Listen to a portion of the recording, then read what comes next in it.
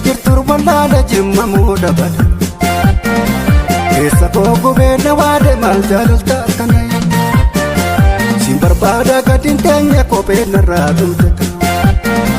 si obsuuf takkaan dandeenye maal qabanaa dhufte jimbaafillee jimba yaa walakkaa gibe yaa walakkaa gibe jirraafillee jirraa way wal argaa dhibe way wal argaa dhibe kadeessa maal jennee kan waliin dubbanne kan waliin dubbanne biyyoo waliin daakne kan waliin guddanne har'a maaf datanne jaalalaan keessa koo na boojjete yaanni kee kun jiru na dorgite maashuu koo si malee jiruu qabu siin barbaada farkaa galaas qabu jaalalaan keessa koo na boojjete yaanni kee kun jiru na dorgite maashuu koo si malee jiruu qabu siin barbaada farkaa galaas qabu.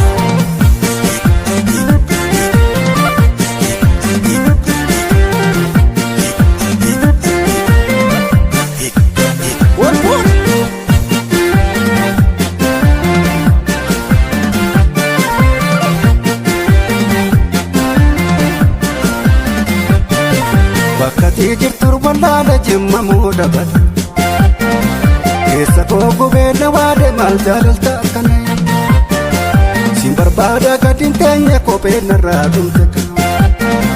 si obsuuf takkaan dandeenye maal qabanaa dhufte siin bootoleetti koo way hundaan badhaatu way hundaan badhaatu badiinsumaaf dhufee dursa naanaa nyaatu dursa naanaa nyaatu sabootitti jimmaa sirraan qabaadhimma sirraan qabaadhimma jaalalammoo fafne onneerraan sii qaba sabootitti saba yoomumaa wal argaan kiyyaa kan kee yaadin argaa dhabee midduu jette yoomi laata biyyaa nu dheeratte duume keessa kiyyaa siif duubatte jaalalaan keessa koo na boojjete yaanni kee kun jiru na dorgite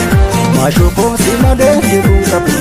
siin barbaada farkaa galaas qabu.